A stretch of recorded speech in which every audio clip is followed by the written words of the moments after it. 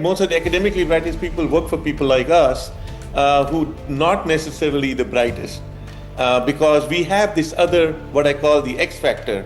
The X factor being ability to first connect the dots. There were too many companies outside of Intel had already come to recognition that microprocessors are really not just a toy or a hobby. It's a real product that's going to boom and go beyond billions of units. To me, the biggest challenge of Pentium was not just building the Pentium, but building it fast enough before they do and better enough so that we could keep our position in the marketplace established. And I think Pentium made it very clear that Intel was the king of the hill. Talent is there. There is a weak spot in the talent, or I won't say as much in talent, but the teams are missing the business side of things. So it took us 50 years later to start India Semiconductor Mission. So we are 50, 60 years too late already in doing what needs to be done. And the idea has to be compelling. It can't be just like we sometimes tell people, come back with a painkiller. Steve Jobs said in one of his speeches, make a dent in the universe. Do something that leaves an impact in this big universe in a way that is memorable for long time to come.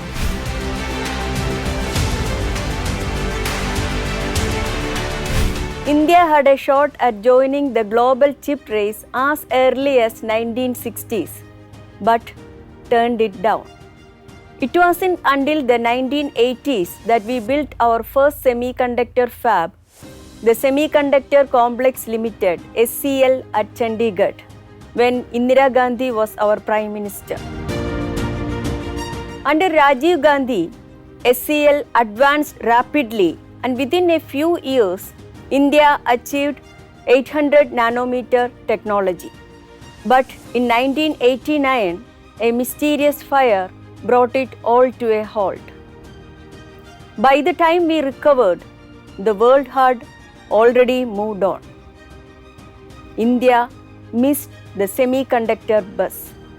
Now, decades later, with the launch of the India Semiconductor Mission by the second Modi government, the country is racing to catch up with billion-dollar investments and global partnerships.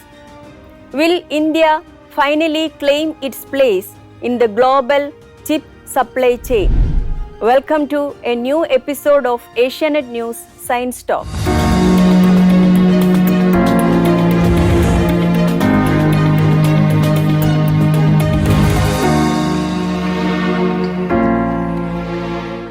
Joining us today is a global pioneer in the chip industry, widely hailed as the father of the Pentium chip.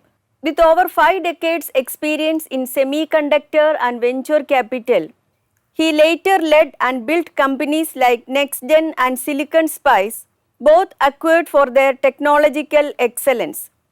He is also the recipient of India's third highest civilian honor, the Padma Bhushan, this year. Today, as a key advisor to the India Semiconductor Mission, he brings unmatched insight into the country's chip ambitions. Mr. Vinod Dham, a warm welcome to Asianet News Science Talk. Thank you.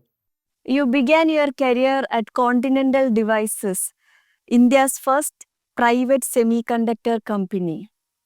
But after just 4 years, you left for the US. Not to pursue engineering or for a better job, but to study physics. What drove that decision? Well, I think the thing that drove the decision, before I tell you that, I just want to let you know I basically wanted to be in physics. In fact, I had enrolled in Delhi University for physics honors program.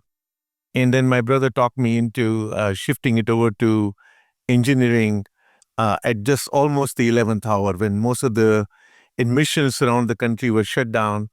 But Delhi was still open only for Delhiites. If you could prove you were a resident of Delhi, then they would give you admission. So that's how I got into Delhi College of Engineering to do my engineering, because he felt that I would have better opportunity to make money by being an engineer than being a physicist. But you were from Maharashtra. No, I was born in Pune, Uh, my family migrated from what's called Pakistan now, from Rawalpindi. We are Hindu Punjabis, and as refugees they came first to Pune because they had some family there. That's where I was born. But I then, once my father retired, we went back to Delhi and I did my schooling and then college in Delhi itself. But what happened was that in Continent Devices, which was not too far from where I was living, and I had accidentally found this company. It was not, back then there was no Googles and no searches and no idea what was even within few miles of where you were living, unless it was a very well-known company. Continental Devices in Delhi itself was like a startup, and so very few people knew about it. Accidentally, I discovered it through my brother's friend, and fortunately, I got admitted for a job there. But what I realized during the 4 years that I was there, increasingly, as I was getting a bigger responsibility and opportunity to work on even more advanced technology, um, that my real understanding of semiconductor was quite superfluous. And there was an incident that really was a game-changing moment for me. I was in charge of production, and we were making discrete devices, semiconductor devices. And we will process certain wafers in certain batches and target them for certain betas and certain characteristics. And at the end of the day, when the devices were completed, we will bring them back into on a tester, a Tektronix tester, I remember, tester.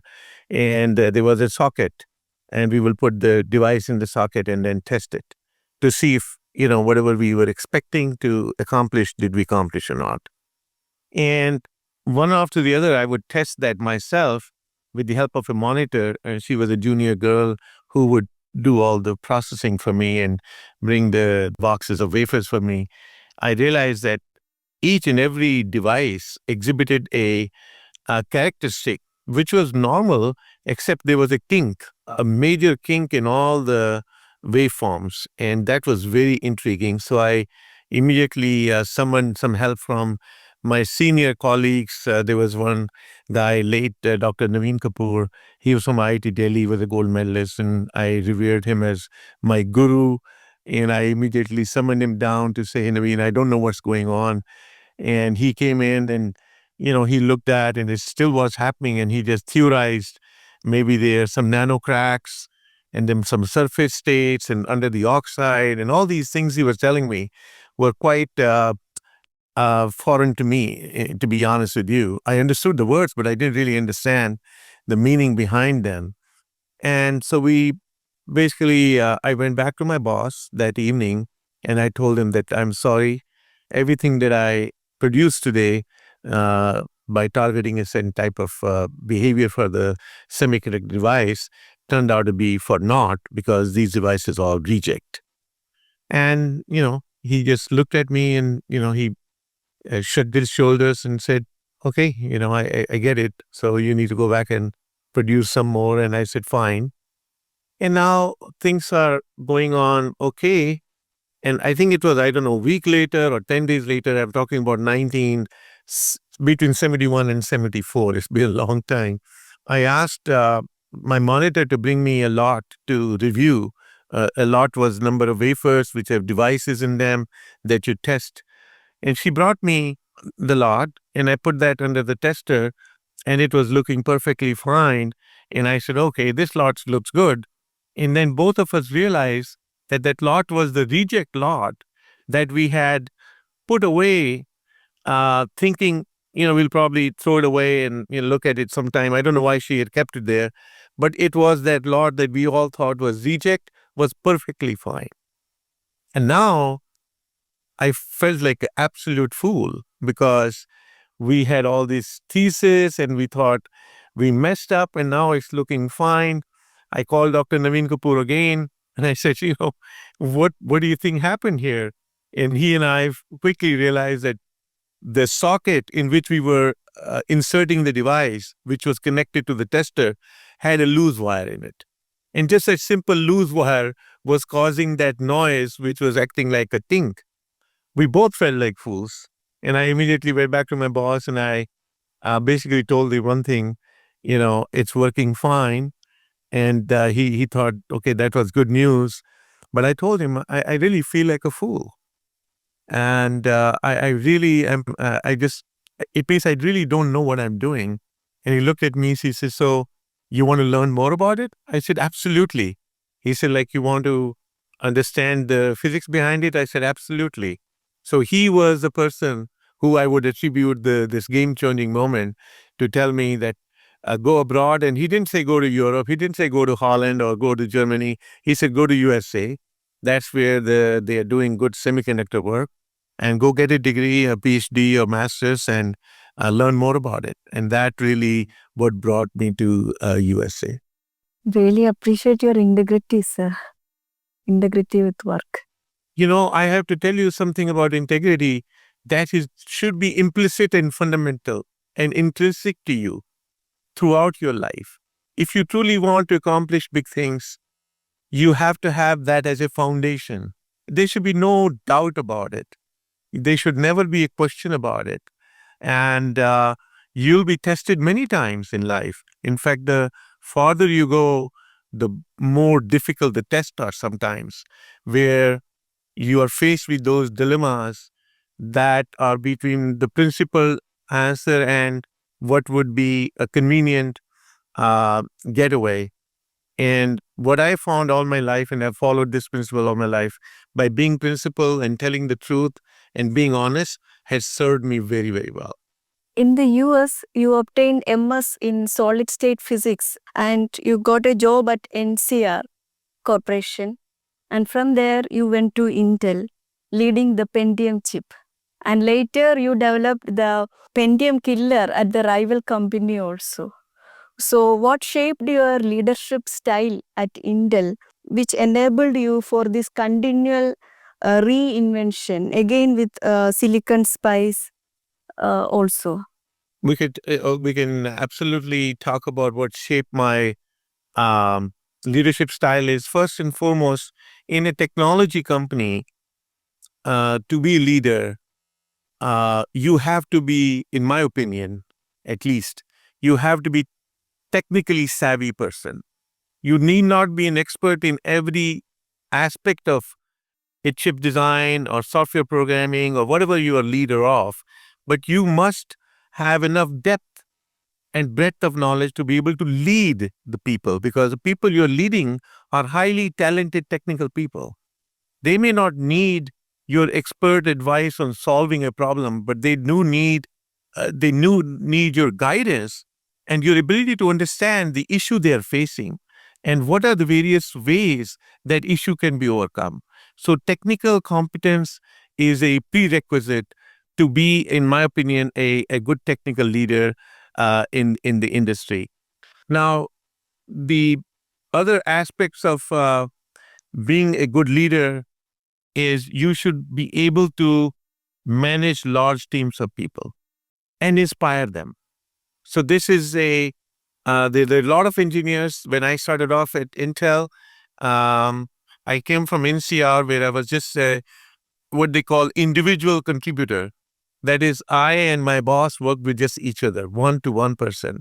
And he was a PhD from Bell Labs. He taught me a lot about research, and I did a lot of research and wrote patent and published papers under him. But when I came to Intel, I carried on doing the same work. But very soon, Intel realized that they realized before I did, that I had certain attributes of leadership, management. So I started off as a project leader, then project manager, then program manager, then department manager. And then I was, managing multiple diverse set of programs at a given point of time as general manager and then as a vice president. So really my trajectory was always technical management of very complex projects and what attributes that are required to make those projects successful. For me, it was a focused execution. That is, there's a problem you're given to go solve, a project you're being given to go execute, and you are assembling a great team of people who are highly talented. You have to allocate the resource accurately and put the right pegs in the right holes and the square pegs in the square holes. Make sure they really are matching the skills with the need of the job. And then you basically have to execute relentlessly. You have to focus and just on your goal and don't get distracted day to day by what's going on here, there, everywhere around you. I was almost like, these horses that you put these little blinders on so they can't see on the side and they go straight there. To be honest with you, that's the most gross way I can give you an example of how focused I get when I really get into my job, because that's what it takes to really execute these programs at the end of the day, because they're very, very complex programs. Execution matters more than the knowledge. Execution matters more than the knowledge. Execution matters more than the intelligence. Execution matters more than what college you went to. Execution matters more than what degree you got. Execution, or what I call drive to accomplish those things, is a factor that many people have overlooked in the education program. The most successful people in the industry who rise to the top are not necessarily the most academically the brightest people. In fact, most of the academically brightest people work for people like us who not necessarily the brightest, because we have this other, what I call the X factor. The X factor being ability to first connect the dots. You're given a complex problem. It's like the elephant, and you can touch every aspect of the elephant and describe it as something else. You should have an ability to really describe it in your own way, exactly the way it's supposed to be. And that's a very important element of connecting the dots, as I call it. And then being able to inspire the teams, because these projects are very hard. They go through many setbacks. It's like a roller coaster ride. And when things go wrong, you have to get in there in the trenches with your team and be like one of them and roll up your sleeves and sleep with them in the office if you need to, or bring donuts in the middle of the night when they accomplish something great, so that they feel like, hey, the general is with us in the army. He's up there fighting with us. And therefore they feel good about working harder and harder. And I think those are some of the things that I learned, and maybe some of them I already had in me, because one thing that when I left Continuous Devices India Limited, my boss was Mr. S.S. Madan. I had asked him to give me a recommendation because the University of Cincinnati required 2 recommendations, one from your professor, one from the place of work. So I had asked him to write, and I remember, had a beautiful pad with all the things about, colorful logos of our company and all that stuff. He only wrote one line, and he said, I have known Mr. Dam for 4 years. If you want to get a job done, you can ask him to get it done. You can depend on him. That is all he wrote. He did not write a large paragraph. He didn't talk about my education, academics, or my degree, or how I did in my work and what did I accomplish there in 4 years. Instead of writing all of that, he just wrote one line. And I felt a little odd. I felt like, gosh, I wish he had said more things about me. But it took me many years later at Intel to recognize that that's what I was getting recognized for. The management at Intel was recognized me for what my boss in India already had detected as, you want to make sure something gets done, you give it to this man and it will get done despite all odds. And that's why Pentium, which was probably, Intel was at a very inflection point at that time. There were too many companies outside of Intel had already come to recognition that microprocessors are really not just a toy or a hobby. It's a real product that's going to boom and go beyond billions of units. Until then, the industry had not totally felt that, this was a real thing that will take over the world one day.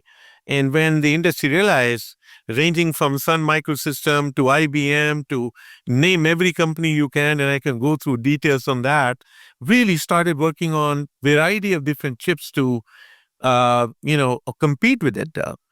And to me, the biggest challenge of Pentium was not just building the Pentium, but building it fast enough before they do and better enough so that we could keep our position in the marketplace established. And I think Pentium made it very clear that Intel was the king of the hill. And from there onwards, for 20, 30 years, Intel reigned, at the top of semiconductor industry till recently when they slipped in multiple places and now they are struggling very hard.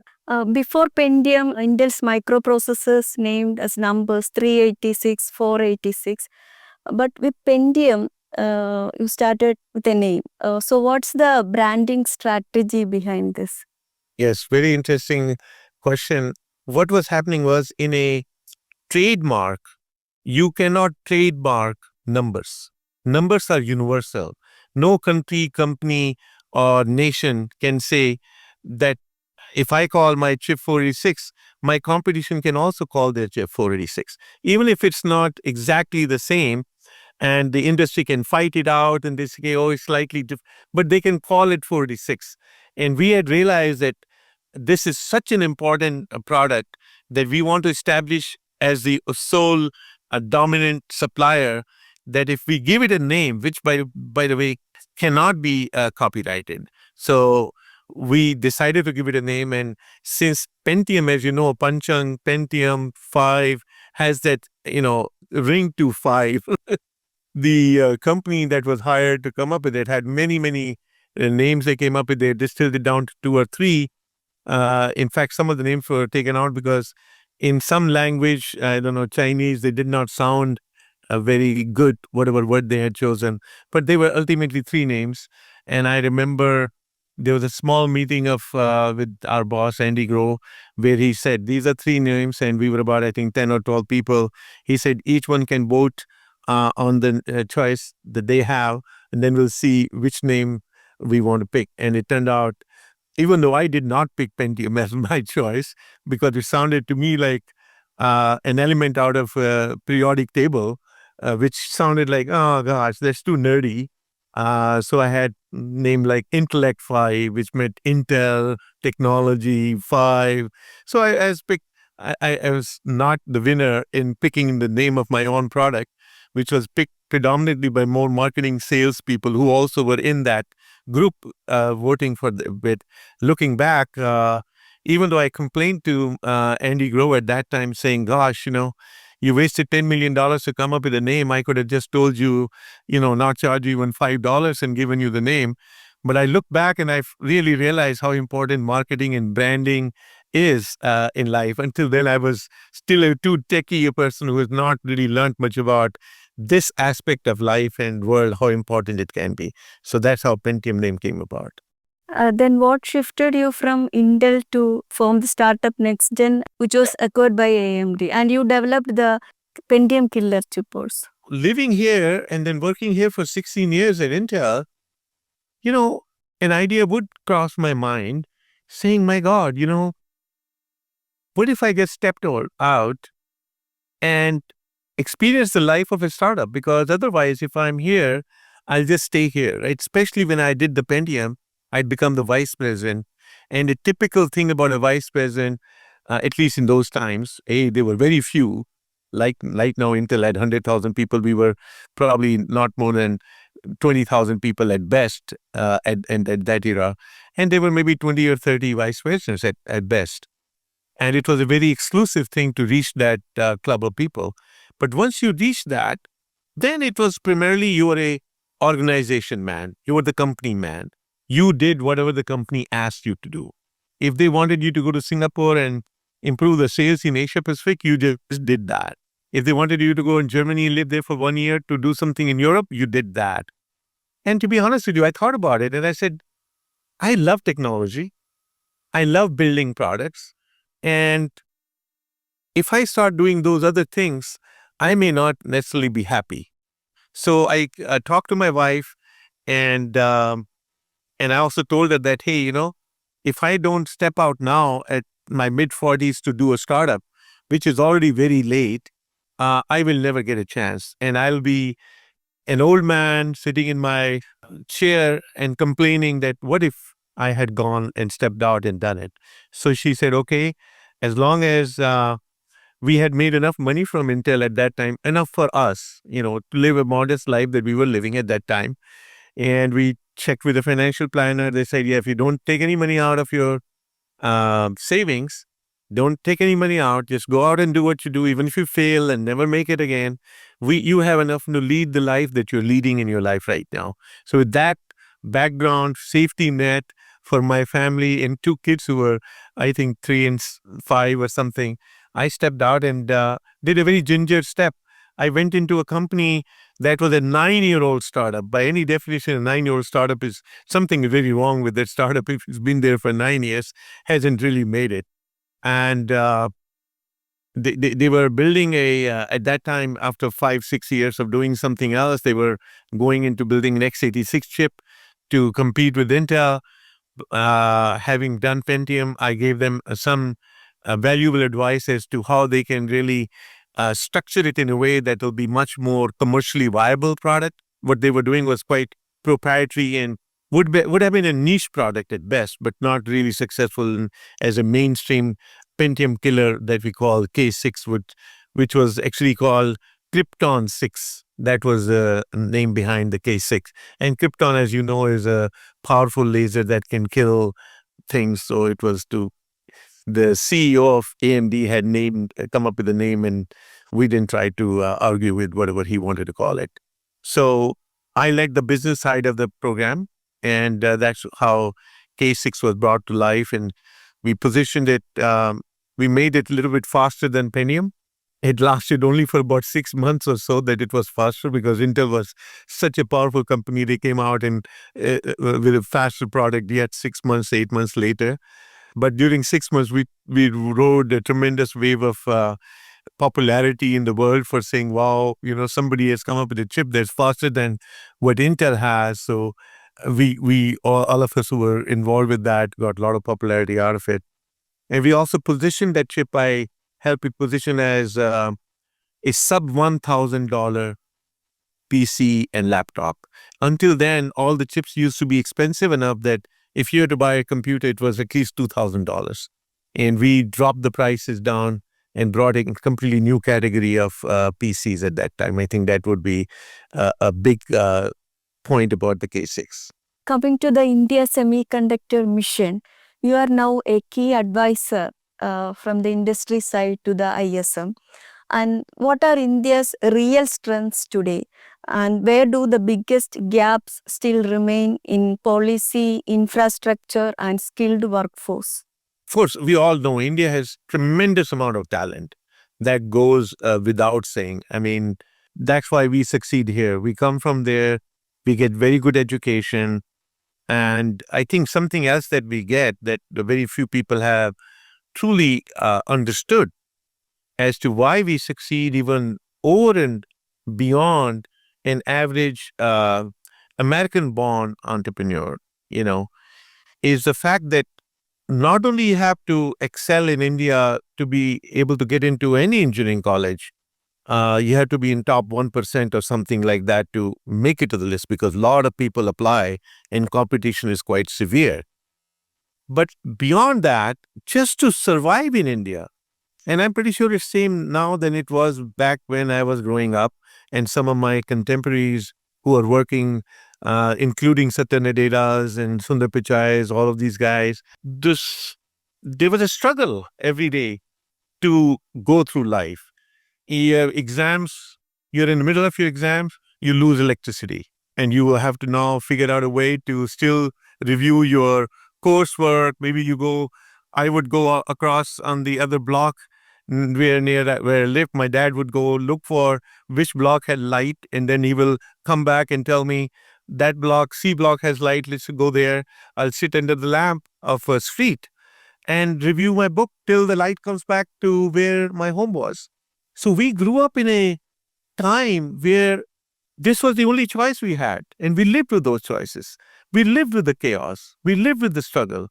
And I think that builds some kind of a grit and tenacity in you. That's a very important aspect of leadership. That's why we have disproportionate number of leaders from India in the Silicon Valley than you can account for based on just the pure population that we represent in America. And that's because I think we have a sixth sense, like, they say Shiva had a third eye. So we have this way to maneuver ourselves every day when all these problems are going on as a leader, to make sure we don't let any important balls drop to the ground, and keep them all floating there. That is a art in itself. And I think part of that art I'll attribute to being brought up in India and growing up in India. I have two sons who are born and brought up here. I don't see that art in them because they can. They can go to Harvard and get an MBA, but this is something you only learn if you are in that very I would say stressful environment, struggling environment. So I think these are positives about India, where we have all that hunger to do well. So, and I'll give you examples. I'm a member of Design Link Incentive Committee, along with some MeitY people and Professor Paul Raj here from Stanford, who is the chairman of the committee. And we have been reviewing startups that come up with an idea to Government of India, MeitY department. And then out of, say, 120 ideas that have come so far in the last couple of years, they selected about maybe 30, 40 of them. And we have okayed about 24 of them. And then 6 or 7 of them have actually already been being invested by other VCs, including some from USA, showing that there's endorsement for the work that's being done. So the talent is there. There is a weak spot in the talent, or I won't say as much in talent, but the teams are missing the business side of things.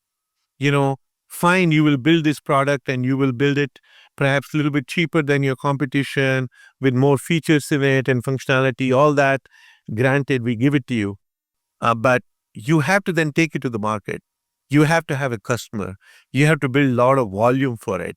And that thinking on that front is somewhat not as mature as I would say on the technology side is. But we're trying to fix that. We're trying to bring people in who will help these teams with that type of a thinking so they can make more progress too.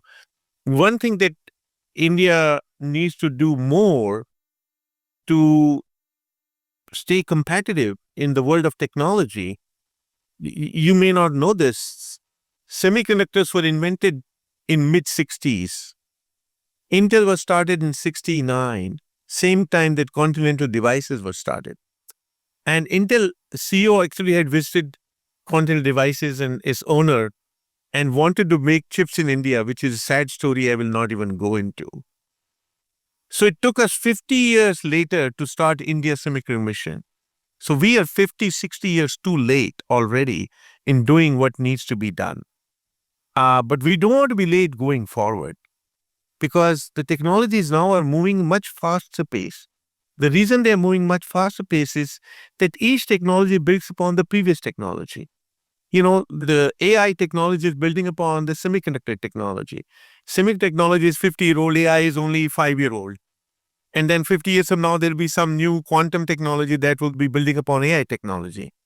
So you have to be in it to really stay with it and stay competitive with it.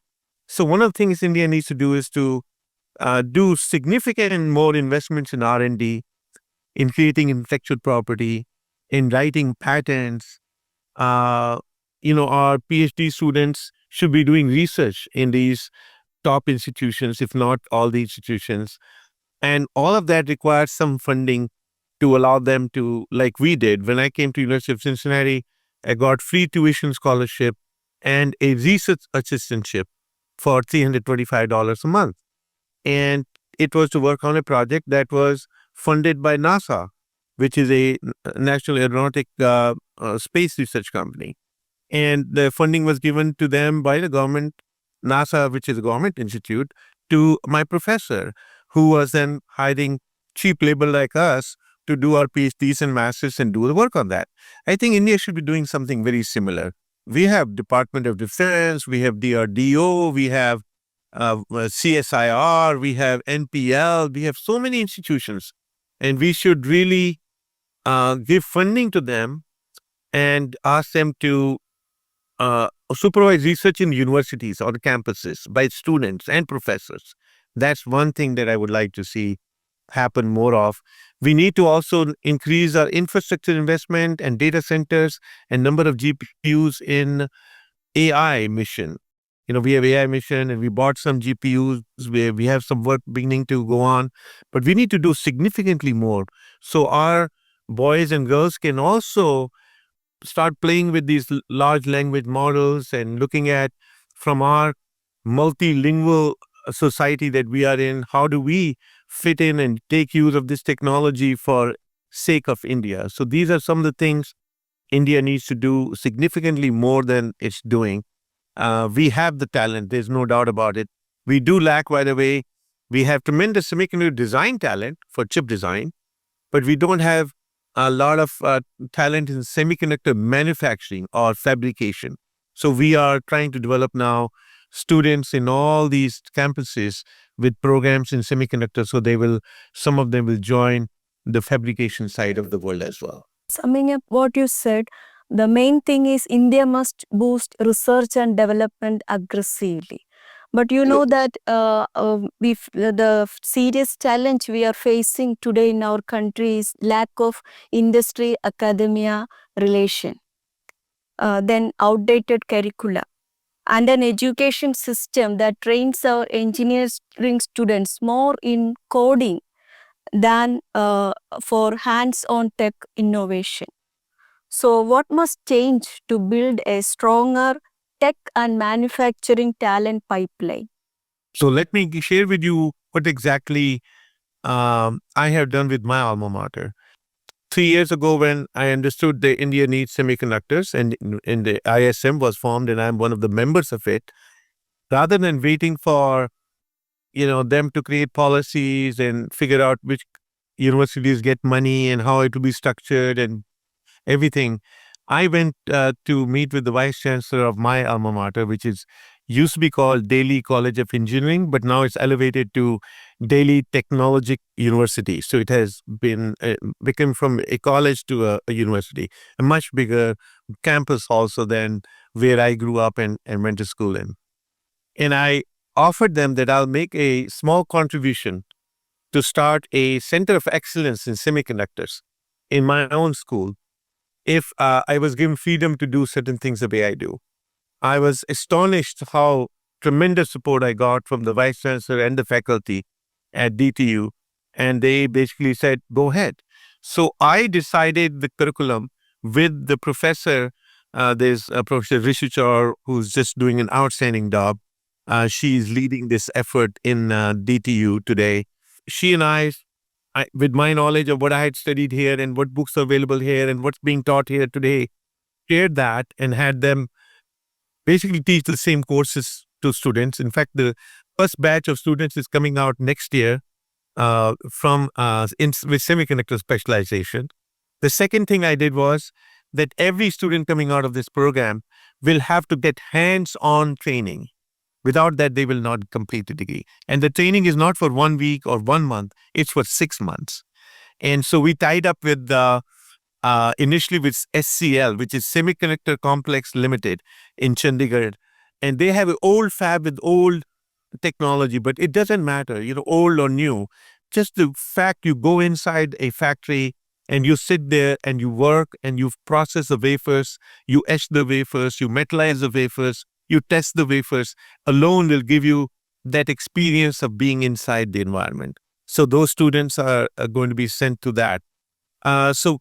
And then we have signed up, talk about industry academia connection.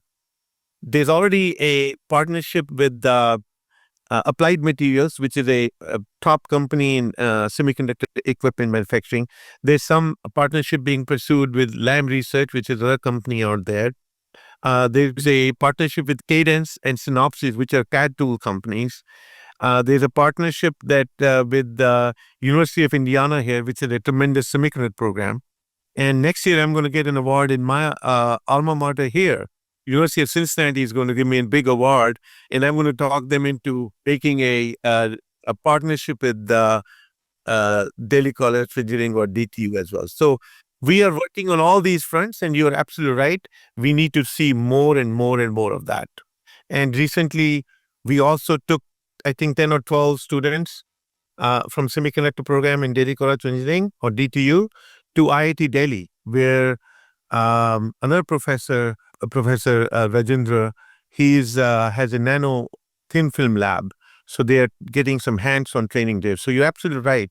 This is not something that you can just learn by sitting on a computer. You have to go get some hands-on training. But we need to replicate this model to all our engineering colleges, sir. Absolutely. I think, well, as we succeed in establishing what we are doing, I'm pretty sure other colleges, I know IIT Delhi already has, like I said, a nano lab, and they're doing some hands-on, and they're also in touch with us. And I'm very involved with both sides of these two Delhi colleges. And once we have some successes, the word will get around, and I'm pretty sure other people, if they're not doing it, they will also follow it. I know there are some other places like IIT Madras where Dr. Kamakoti is doing an outstanding job of amazing both labs and on training, research. They're producing some of the top talented students in the country. So there's a lot of work going on already. The other thing is that setting up fabs also brings enormous energy demands, uninterrupted power supply, and huge amount of deionized water. So, is India ready for that in terms of infrastructure, energy policy, and ecosystem readiness, especially with the GPUs and advanced nodes? So we are not ready for GPUs and advanced nodes. GPUs, advanced node, that does require a lot of power, and we will have to really create that potential power capability, source of power. But as for the semiconductors, for Internet of Devices, ranging from 14 nanometer to 65 nanometer type devices, the fabs that are being built in Gujarat, in a place called Dholera and other locations, they have designed the infrastructure for adequate water and adequate electricity on the premise itself. Then a curious question also, that's when the India Semiconductor Mission was launched, it was during second Modi government in 2021. And the ministers at the MeitY are Ashwini Vaishnav and Rajiv Chandrasekhar. Both were professionals earlier who later joined politics. So what difference you felt while dealing with these ministers, especially one is a former bureaucrat and the other is a corporate leader? It's a total delight working with both of them. Of course, Mr. Rajiv Chandrasekhar is now moved out, and he's, I think, moved to Kerala. But he was the Minister of State when I got first involved, along with Ashwini ji, who's the cabinet level minister. Both are very professional, and both have degree in electrical engineering. Ashwini ji did his master's in IIT Kanpur, and clearly, as you said, he has tremendous background working in industry and GE and MBA from Wharton, and understands technology. But more than that, I'll describe to you, and so does Rajiv. Rajiv actually worked at Intel when I was doing 486. He was invited from University of Illinois to join us, where he got his bachelor's degree, and he contributed significantly to the compiler aspect of the 486 program and some part of the Pentium program later as a compiler engineer. So now, the key thing about both of them is they're domain experts. They really already know what it's like doing things. So communicating with them and talking with them is so much easier to convey what we are trying to convey on these very complex issues. And the other thing is they are both problem solvers. I would sit down with Ashwini ji and with a list of 7 issues, and it's not like you just give it to him and go away and 7 months later find out what's going on. He sits there right there and then with you one by one to address each of them. Some of them directly under his control, some are outside his control. Even those he will reach out to his counterparts or colleagues or subordinates or whoever they are. But he takes action right on the spot and doesn't really wait for tomorrow to get it done, which is really something I was so pleasantly surprised and became a real follower of Ashwini ji for that reason, and have really loved working with him. He's a go-getter and a doer. Let's put it this way. So professionals joining politics is a good thing.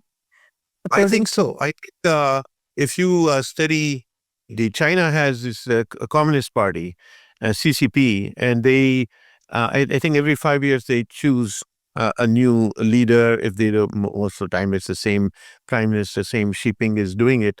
But I think either 5 or 10 years ago, I was studying Chinese a little bit more deeply, and I was shocked to find out that hundreds of those members of CCP were picked as domain experts, as in engineering, civil engineer, medical doctors, electrical engineers. So instead of putting bureaucrats in the positions to do the job, they had actually taken these type of people to either oversee the bureaucrats or themselves be running some of those shows.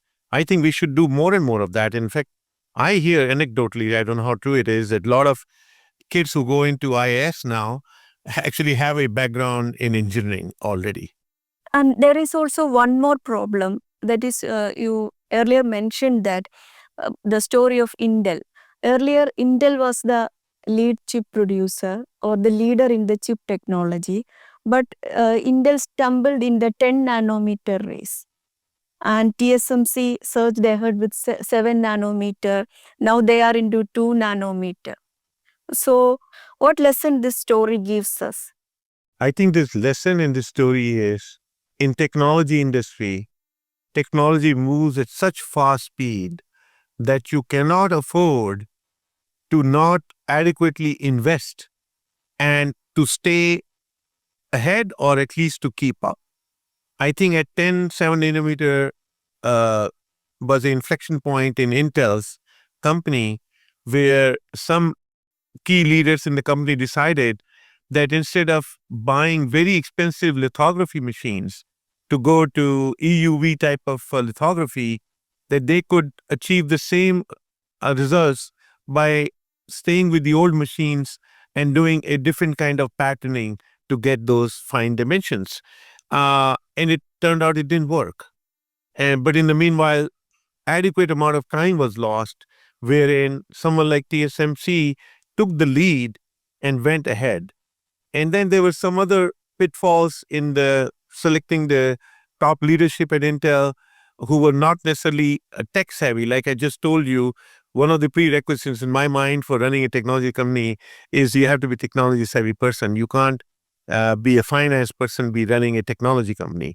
So there were some issues like that where there was a blind spot and people didn't realize they're falling behind. They need to double up and they need to really stay up and not give up this wonderful leadership that we had built during the golden era of 386, 486 and Pentium and the subsequent chips for another 10, 15 years.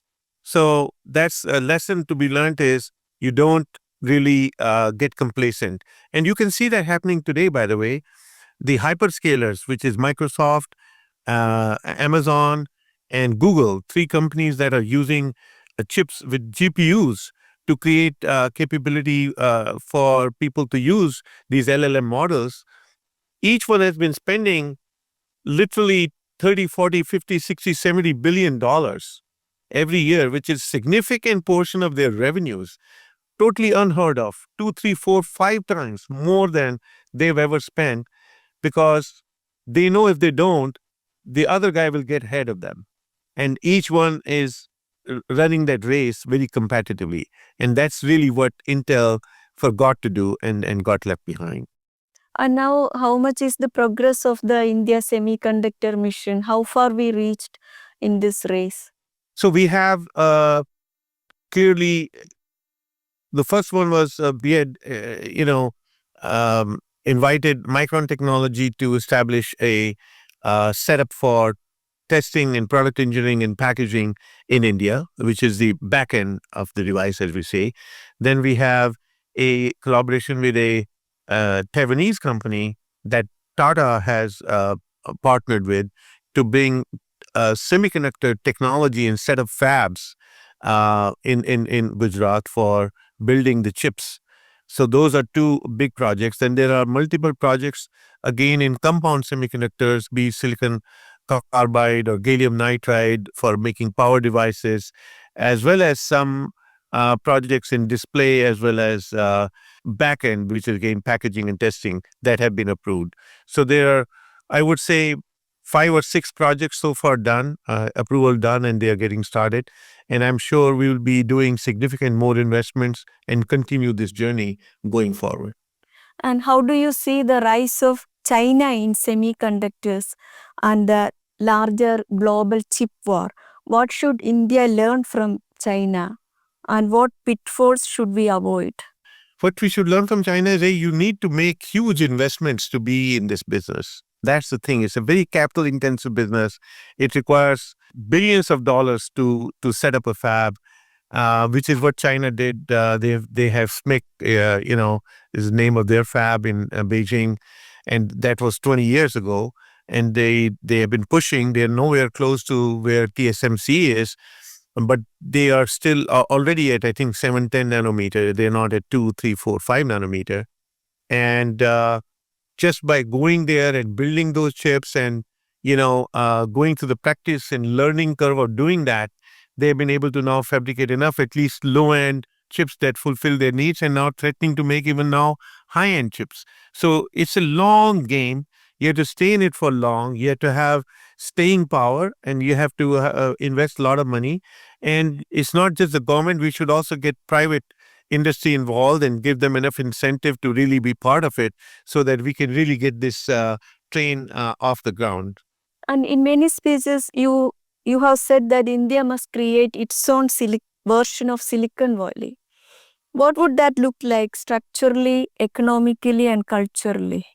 Well, actually, in some ways, India has its own Silicon Valley, which is Bangalore, and structurally looks horrible because the traffic is unbearable. Culturally looks beautiful.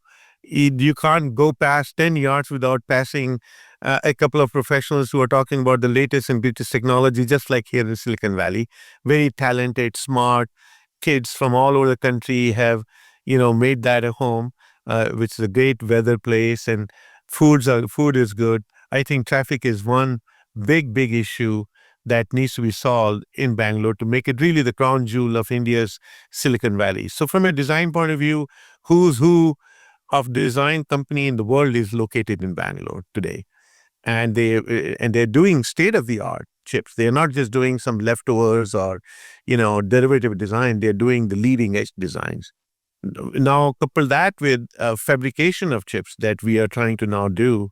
If we really bring them together and have our own chips be designed in India, so not just working in the multinational companies, but some of these engineers stepping out and doing startups and building chips for both India needs and global needs, I think that will fill some of our fabs and load domestically, and also export chips outside to bring some important foreign exchange that we need.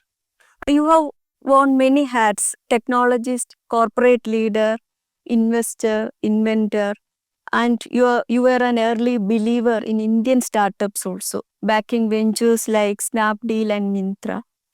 So, as a venture capitalist, what do you look for in a founder or startup, particularly in the Indian context? The idea, the team, or timing? Well, I think clearly the idea has to be worthwhile to even engage with the team. Let's put it this way. Otherwise, you don't even make it to the meeting to present your thesis. And the idea has to be compelling. It can't be just like we sometimes tell people, come back with a painkiller, not an aspirin. Aspirin is, if you don't get aspirin and you have a headache, you can sleep it over and you'll be fine in the morning. A painkiller is something you cannot live without. So come back with an idea that you cannot live without. So it's differentiated, it's really compelling. And when you produce it, people will want to have it because they have pain and they're looking for somebody to kill that pain or relieve that pain. So that's the idea part of it. The team is, in my opinion, the most important thing, because even if it turns out your idea didn't turn out to be that great along the way, a great team will take then that mediocre idea and still make a good success out of the project, which is what the investors want. They've invested money in you, they've counted on you, and if for some reason your ideas didn't work out the way exactly you had conceived of, you can still make something out of them. So team is a very, very important element of it. Especially the founding team, and especially the CEO and the CTO, these two people, the technology guy and the person who's going to run the business, do they have a full comprehensive understanding of what it takes to go build it? And do they have a fire in their belly to stick in there to the thick and thin and through the roller coaster rides and just have the grit and determination to come out on the other side, be successful? And you have spoken about Andy Grove also, the third CEO at Intel, and a quote famous about him, the devil is in the details. And he was also famous for his OKR management approach. So how did his philosophy shape your work and leadership? I would say the influence of Andy on me fundamentally was focusing on flawless execution. So he was a operations guy. He was a guy who literally focused you on the project and made you deliver it at the end of the day. So that elements of getting the results, accomplishing the results, and the OKR is just a process. It's a methodology of objective and key results. So you can, track the progress along the way, because if doing Pentium is 3-year project or 2-year project, but you have to break it down every quarter into some key goals that you have to accomplish in order to get to the end goal. So OKR was every quarter we will write down objective key results and basically make sure we tie it together in the whole organization, and every employee and everyone, there's interdependency. Mine on Andy's and mine on people who report to me, and theirs on people who report to them. So they all are working in such a synergistic manner that ultimately the outcome will just come out flying out of the door. I think he was a master of these things. He was also a master of really crisply articulating the goal. There was no confusion about what needs to be done. There was a very clear, simple, crisp articulation of make the Pentium happen. And when I asked him, how would you measure the success of Pentium? In your mind, it was success would be if people want to have it, not that we have to go sell it to them and convince them, please have it. They should want to grab it.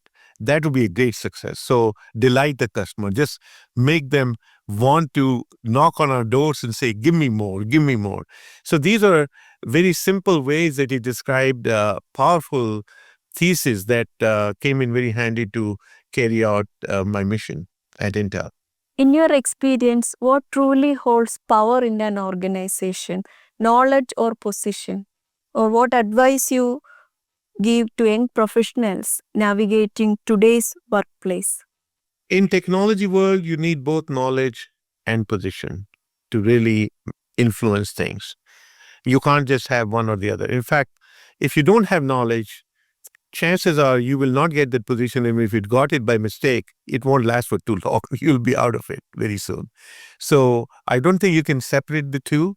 Position, of course, is very important, because a position person is the one who decides what project to work on, how much resources to allocate, how much money to allocate, things of that nature, and how it will impact the bottom line of the company. So it's a very powerful job. That's why CEOs of the companies here carry humongous responsibility for the success of their businesses. So I would not undermine that. But if you look around in Silicon Valley, most of these leaders also have knowledge. They are technically smart, they are sound, they understand. If you ever hear Sundar talk about launching his product in Google, he could be just as smart as an engineer who actually developed the product. He describes it in such eloquent detail and lucidity that he knows it. Finally, for young Indian engineers and aspiring entrepreneurs watching this program, many with big dreams but with limited resources, what's your one piece of advice to help them take that first leap? I mean, I don't know how limited the resources they may have. They can't be any more limited than I had.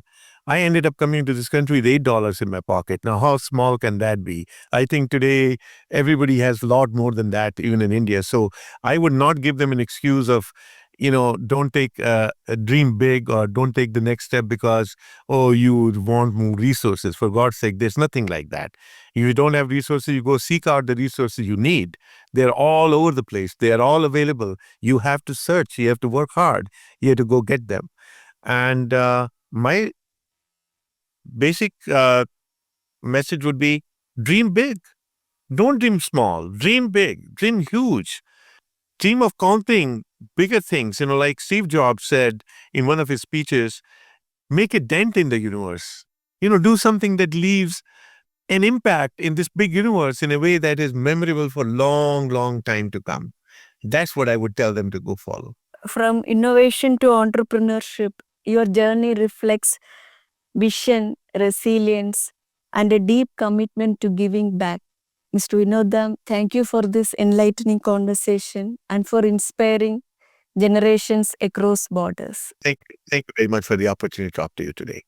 This is Asianet News Science Talk. Until next time, keep asking questions, staying curious, and building a better tomorrow.